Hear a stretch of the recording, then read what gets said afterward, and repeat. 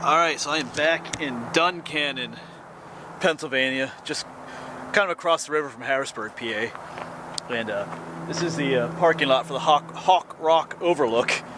And it's also Appalachian Trail access here in Duncannon, Pennsylvania.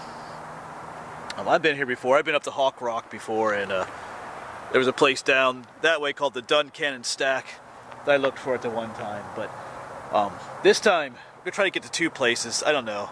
There's another overlook up here called Cove Mountain Overlook, but today is pretty foggy, so I'm not sure if we'll do that or not. I was going to do that first, but I don't think so. I think the first place we're going to go to is, we're going to check out the Cove Mountain Shelter back this way. It used to be called the Thelma Marks Shelter. Actually, that shelter, they replaced it with the Cove Mountain Shelter. But we'll talk more about that when we get on to the trail up there. Look, the gate is open down here, so I could have driven further down and taken a trail up, but I think I'm gonna just do some hiking today. I haven't been out hiking for a while. It's just been pretty hectic.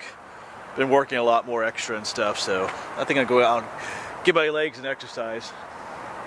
So I will warn you that this video is not going to, the subject matter isn't going to be really a pleasant topic, so, but it's one that it's good to talk about as well, so for different reasons. So we'll talk about that as I usually do. We'll talk about that on our hike and when we get to the actual spot. So all right, I'm gonna start heading up the trail. This is the access trail up to Hawk Rock and the Appalachian Trail, like I mentioned. So I'll quit yapping and get on moving.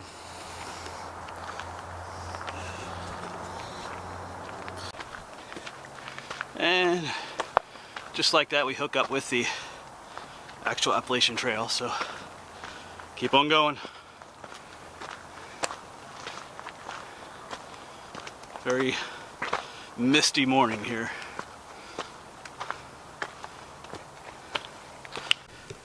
Just stopping for a moment to catch my breath, but you can see there will be sort of a view down there, but they're very foggy. That's where it came from. Kind of mostly an uphill trek, this part. Like I said, we'll be heading to Hawk Rock Overlook first. Once I get up there, I'll start telling you a little bit more about this story before we continue on. Once we're past Hawk Rock, the trail gets a little easier. We'll just walk along the ridge line, but we're still making our way up the mountain at this point, so let's keep going.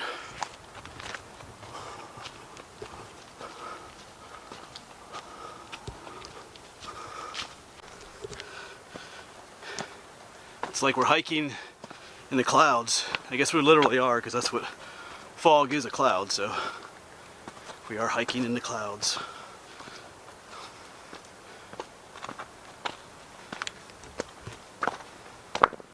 And here's what Hawk Rock looks like today. Absolutely no view. Just standing up in a cloud, literally.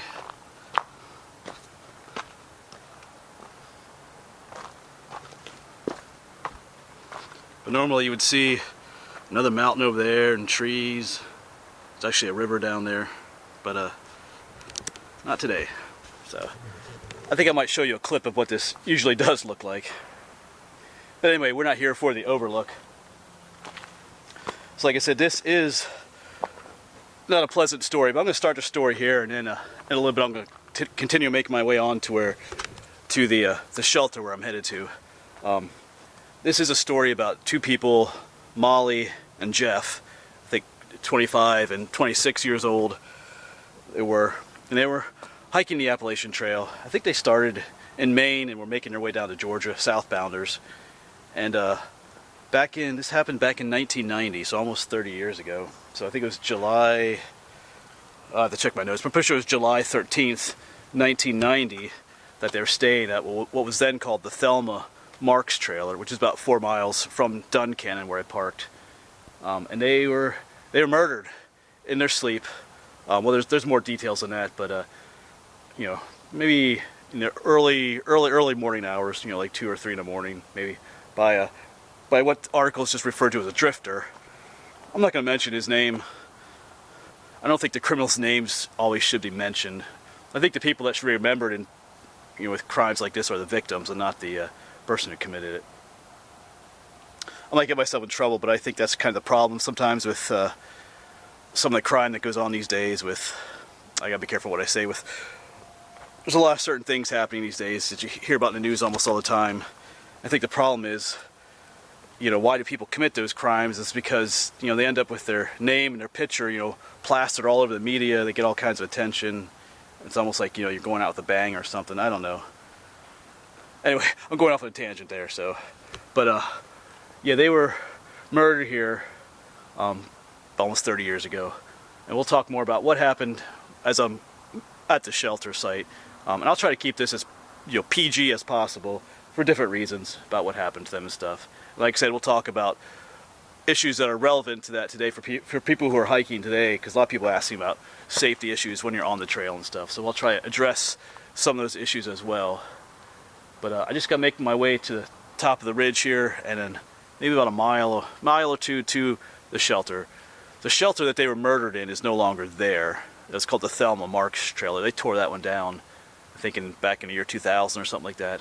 And they built another one right in the area, which is now just called the Cove Mountain Shelter.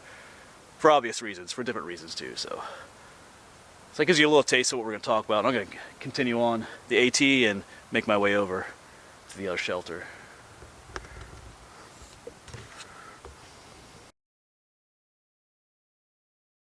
And the relevance of this topic was just demonstrated to me just a few moments ago too. As I was sitting here looking at the Overlook, a young lady came hiking up to look at the Overlook too. We kind of joked a little bit about what great a view it was, but she was a younger, you know, college-aged girl, and here she comes up the trail, and here's this guy sitting up here. You know, what's going through her mind as far as safety issues? You know, it could be dangerous for, you know, a young woman to be walking around like that. You know, and here I am. I could be some kind of a, you know, I could be some kind of a horrible person. I'm not a murderer.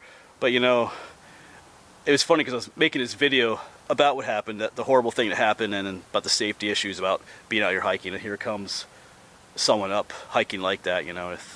Not that she wasn't doing anything wrong, I'm just saying, but it's I just had to wonder what was going through her mind as she popped up the lip of the trail here and saw this guy standing up here too. You know, here she'd be alone with him, you know, what kind of guy am I, you know, what's going through her mind.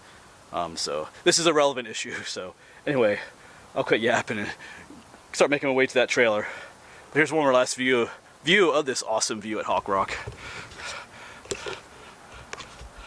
Or not so awesome view. Alright, we're on top of the ridge now. It should be an easy, about maybe a 1.5 mile hike to the shelter. You know, we're going uphill and stuff, so it's kind of a appropriate day for a video like this too, with all the fog and the kind of the gloominess, because this story is kind of gloomy too, so kind of matches the mood.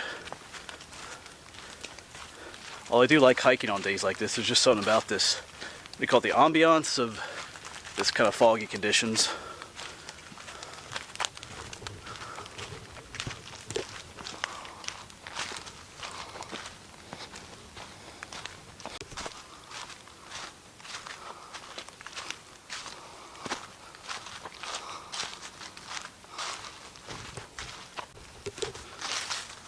I've been hiking for, I think, well over a mile now.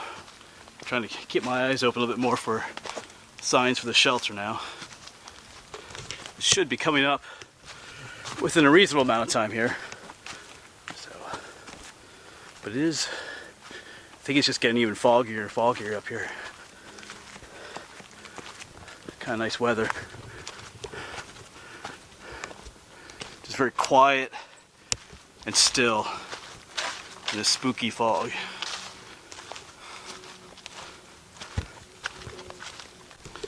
Alright, so we finally come up on a sign for the shelter, and there's a little blue blaze trail that would take us to the shelter. But there's a neat little spot here too. Looks like people just camp out right here. A little fire pit right there. Kind of a neat little overhang right here too.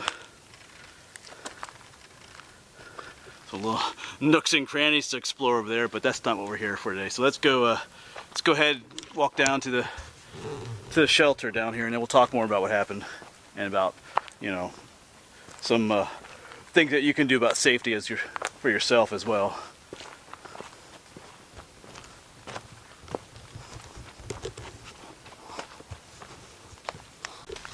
Okay, I think I see it down there in the woods. It was quite a bit further down the trail than I expected. We came all the way kind of down the mountain a little ways, but I do believe I see it down there through the fog. So we're almost there.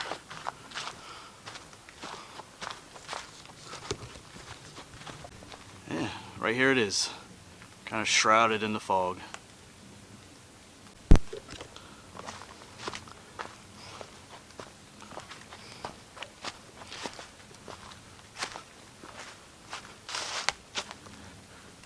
Cove Mountain Shelter.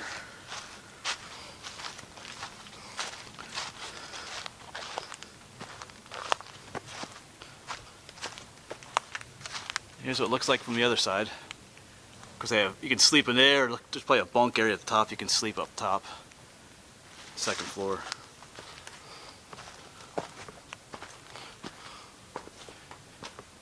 And if you're not familiar with these shelters, they have these are, of course, this is the Appalachian Trail, so they have these roughly, you know, a day apart from each other. So, you know, you can use these as you're hiking, obviously, on the trail. So if you plan things, depending on how you plan your hike, you know, you could spend every night in one of these trailers, maybe. Shelters, I mean, not trailers. So, alright. Cozy little spot. This one does have bunk beds in it even. That's kind of cool. I've never seen one with bunk beds in it before. Cool. Caution, shelter stairs have been removed. Maintainers are trying to convince local porcupines to party in the woods, not in the shelter. So I guess they're trying to keep porcupines from eating the shelter here. But you can still get up in here.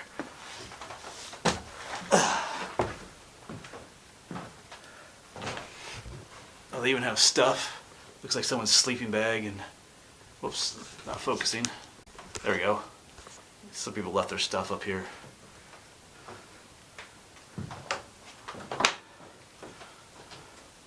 Right, kind of cozy. Of course, that's not why we're here. We're here about what happened. Of course, as I had mentioned, this is not the shelter where those horrible crimes were committed. The other shelter, the Thelma Marks trailer, was somewhere, I think, down from here a little bit.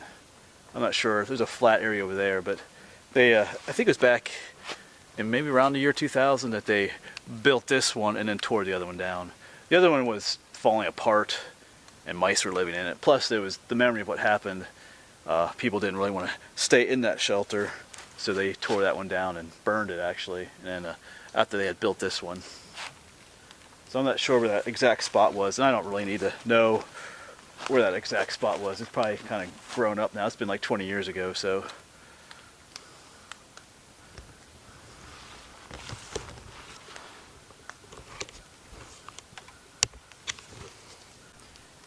So as I said, this happened back in 1990. I think I got the date wrong. I just checked my notes. It was September 13th, not July 13th. I did bring some notes along. I thought I'd double check. Like I said, except it wasn't in this shelter, but the other one that was no longer here. But they were, you know, like as hiking, and the drifter came along. Like I said, it was in the early morning hours, so they were asleep. They were fast asleep when he came up on them. And of course, you have to understand too that he had plenty of time to plan out what he was going to do. You know, he came up on them. I think he saw that it was, you know, a man and a woman, and you know, he had time to think about what he wanted to do. I think he had, like, you know, he had plans for the woman, so he had to get rid of the guy. So, but you know, they were completely unsuspecting of what was going to happen, and that's absolutely nothing against them. You're sleeping. It doesn't matter what you have or how prepared you are. If you're sleeping, you know, someone like that comes along, what can you do? But he shot the guy in the back of the head. He had a pistol that dispatched the guy, and then, of course, I'm not going to go into detail, but he tied the woman up and did things to her, and then killed her afterwards as well. And I forget, it didn't take too long for people to find the bodies because people use these shelters all the time for the Appalachian Trail. They were able to find him because, he had hitchhiked up to this area, and people remembered that and told the police and stuff. So, it kind of scars the hiking community when something like that happens, because it takes away your security. When something like that happens, you think, uh-oh, what if something like that happens to me out here? And it's something to consider if you go out hiking a lot. I know at one time they considered naming this new shelter after the victims, but the parents didn't want that, and I can understand that as well. Even to this day, there are hikers who will not stay at this shelter just because of the memory of what happened here. Some will just... Dun Canyon is only 4 miles away, and there's like a hotel, I forget what it's called, that a lot of it's like a hiker hotel. A lot of them stay at, so they'll just continue the 4 miles into town rather than staying here. I think there's a lot of hikers that, this was 30 years ago, so a lot of hikers have forgotten about it, or don't know about it, but there's plenty that still do. It's part of the lore of the Appalachian Trail, what happened here. So, one time I thought about including this into my haunted series of Pennsylvania, but this place isn't really haunted, just kind of the memory of this place is haunted and what happened here. Alright, in a moment I'm going to talk a little bit about, what we or you could do about, situations like this. How can you avoid something like this happening to you? And in some ways you can't, just to be honest. But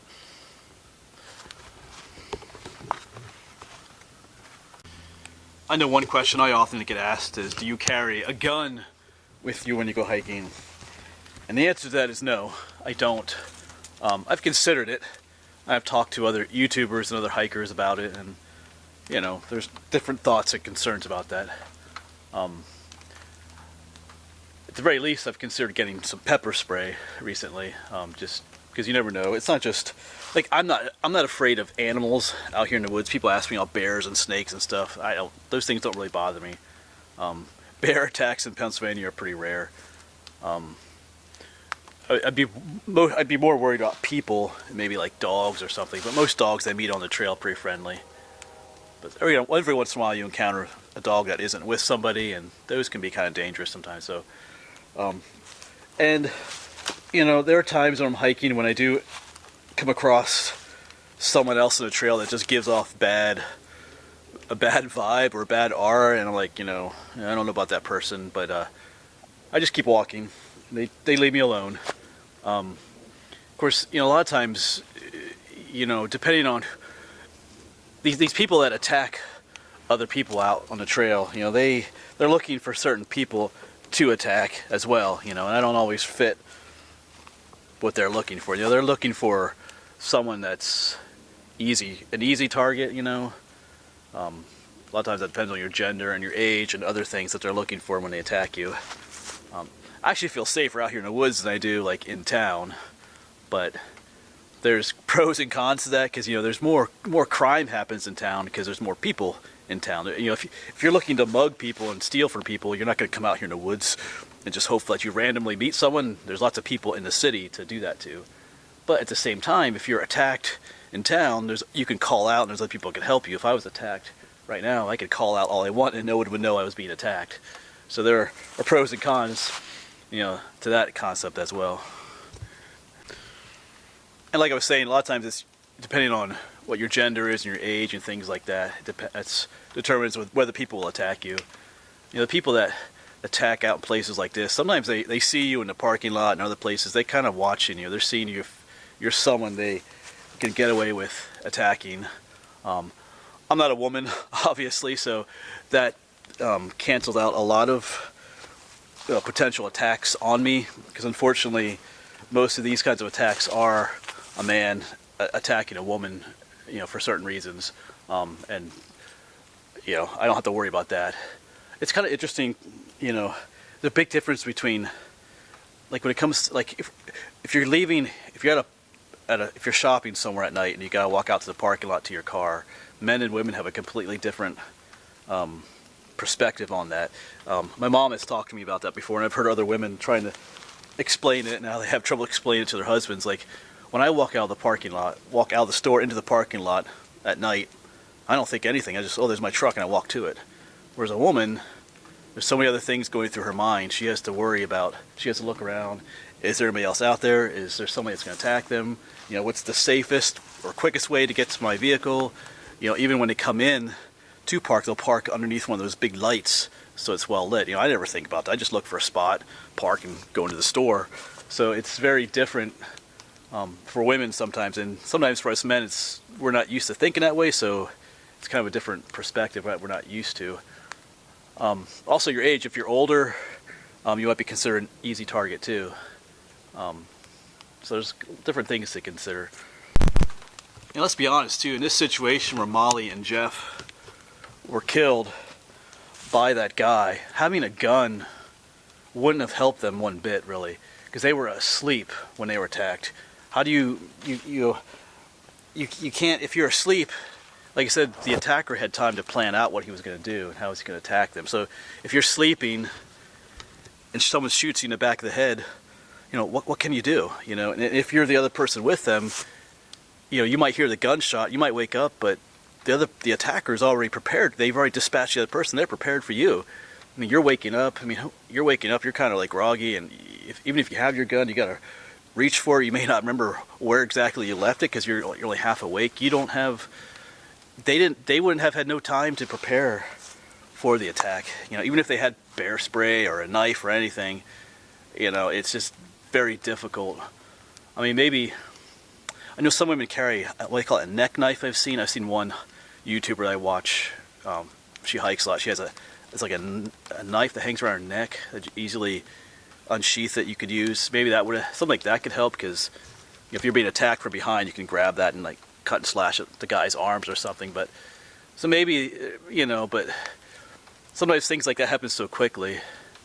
I'm not saying you shouldn't have anything to protect yourself. I think it's something you need to consider. If, you know, like I said, I am considering, I'm planning on getting some, like, at least some pepper spray for myself. But like I guess I generally don't feel scared when I'm out here, when I pass people too much. But pepper spray would still be a good idea.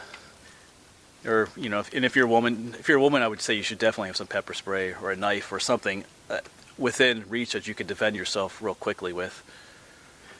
And also another thing to consider too, there is, generally speaking, there's safety in numbers when you're hiking. If you don't feel comfortable hiking by yourself, you know, find a hiking buddy to go with. Of course, you know what happened here, there were 2 people, but like I said, they were fast asleep when they were attacked. Now if they were like, the shelter was full of other people as well, that guy would not have done what he did, because, you know, even if you're attacking people in their sleep, if there's like 5, 6 other people in the shelter, they're going to wake up too, and you necessarily can't take them all out like that. So yeah, so there is safety in numbers too. You know, if you're someone an attacker is thinking about attacking, but he sees that you're with someone else, you know, he'll probably, you know, find an easier victim.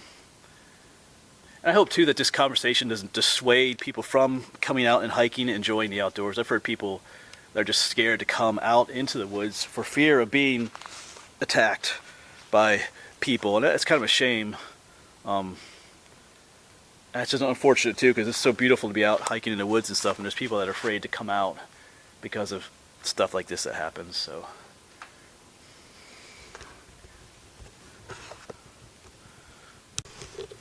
you know, and don't let the horrible things that happen to other people prevent you from enjoying your life. You know, there's a very low chance for you to be attacked in a shelter and have happened to you what happened to Molly and Jeff.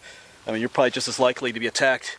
I mean, you can lock yourself up in your home for the rest of your life if you're afraid of being attacked, but you have just as likelihood of being attacked in your own home as they did out here as well. So that's something to consider too. All right, well, I'm going to start heading back. I think about like a 2-hour hike at least, maybe, or something like that, but I got to meet a pretty young lady in a couple hours, so I can't stay out here forever. But yeah, if I think of anything else to say on the way back, I will. You know, you're feel free to add comments down below too. You know, if you are someone, if you have your own ways that you try to be safe, you know, you can share that below. Now, I'm not anti-gun or anything like that. You know, I have considered getting, you know, a gun, but I don't really know yet. there are other concerns and issues with that as well. So I think I'm gonna start heading back. So thanks for watching this video, and I think I'll end this video here. Like I said, I don't know if I have anything else to say or not, but I'll see you around. And as always, you can find me on Facebook, and you can also support me on Patreon as well. So I'll see you around.